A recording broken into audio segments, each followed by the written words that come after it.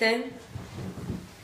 Едно от най-важните умения, което трябва всеки астролог да развие в себе си, е умението да съобщава не чак толкова добрите новини.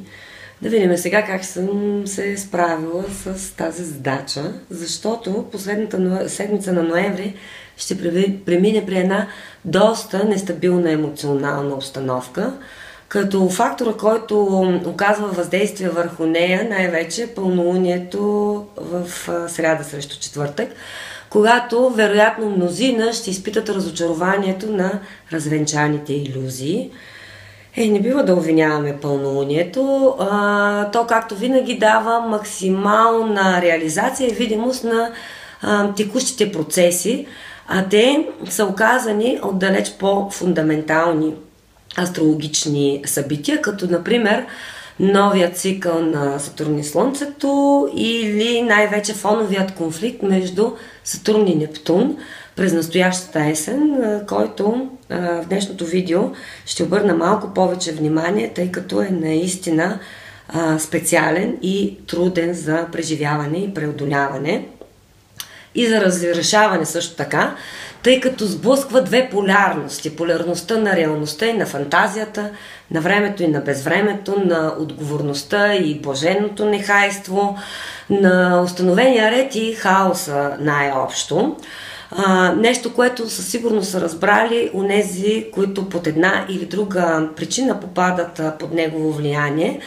Но всъщност всички ние вече сме ангажирани с фанатичната война на религии и цивилизации и разклащането на светогледа и установеният ред, породени от този епохален обмен. Той наистина се случва така сравнително рядко. Това е един процес, напомнящ епидемия, предизвикана от вирус, поразяващ всичко, до което се докосне. Всъщност не всичко, онова или там, където идеала се е превърнал в утопия, без всякаква връзка с реалността. И всъщност ефектите от загубата на връзката с реалността ще бъдат суровите уроци на Сатурн и Нептун за нас през тази есен. Ще ги преживеем с болезнен процес на осъзнаване, че всички сме едно. И доброто на цялото зависи от доброто на съставляващите го единици, но за сега ще трябва всъщност първо да преодолеем всеки за себе си крахът на нереалистичните си очаквания, на разочарованията от резултатите в ситуации, където сме проявили безотговорност, наскачане на собствените си възможности или поддържането и преследването на някакви такива утопични идеали или заблуди за сметка на възможностите да реализираме съвсем практични цели, касаещи непосредствените ни ангажименти. Подобна безотговорност, за жалост, винаги завършва с болезнени разочарования, където се чувстваме измамени, изгубени и изправени през безусловната необходимост да пораснем и да приемем истината. Така че сблъсъкът на илюзиите с реалността винаги е съкрушаващ, тъй като нашите или част от нашите принципи и идеи биват обезмислени или най-малкото подложени на сурова дисекция за целесъобразност и обективност. От друга страна, настъпването на хаос в познатия ред подлага на съмнение стабилността на структурите, които сме свикнали да възприемаме като работещи, сигурни, надежни и устойчиви. Така че пълнолунието ще ни свърши всъщност много добра услуга, освобождавайки ни от заблудите. И държави и хора ще бъдат изправени пред необходимостта от вземането на трудни решения, било то под натиска на външни обстоятелства или вътрешни нужди. Ще има оставки, ще има уволнение, ще има влошаване на международните отношения. Не са изключени също и усложнения, ограничения и забавения по време на пътувания и колапс в транспортните и комуникационните системи и връзки.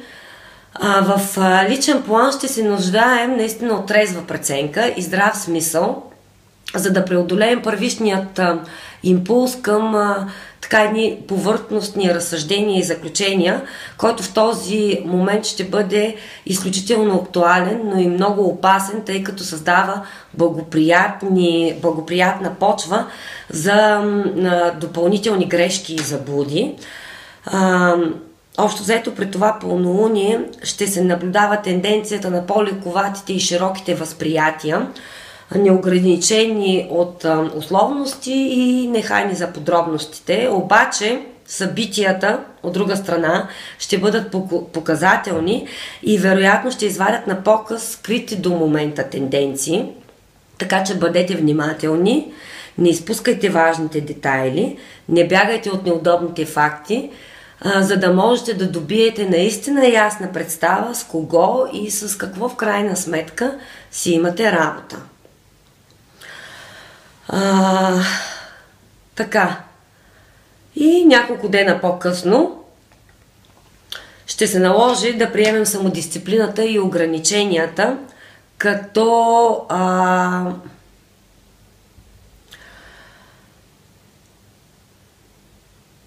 естествени спътници на успеха, планирания растеж и постиженията.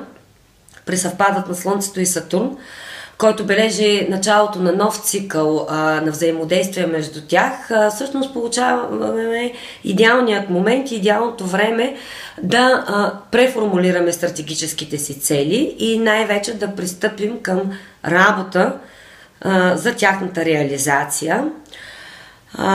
И то към сериозна работа, а също така и ако сте чакали удобен момент да промените хранителния си режим, деловия или житейския си график, то знаете, че по-удобен момент от този няма.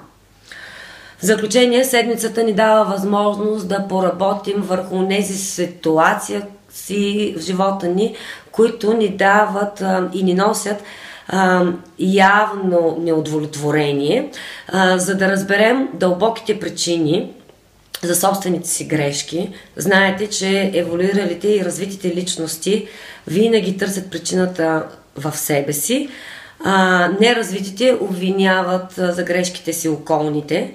Сега е идеалният момент да се изправим лице с лице срещу неудобните факти и да ги приемем.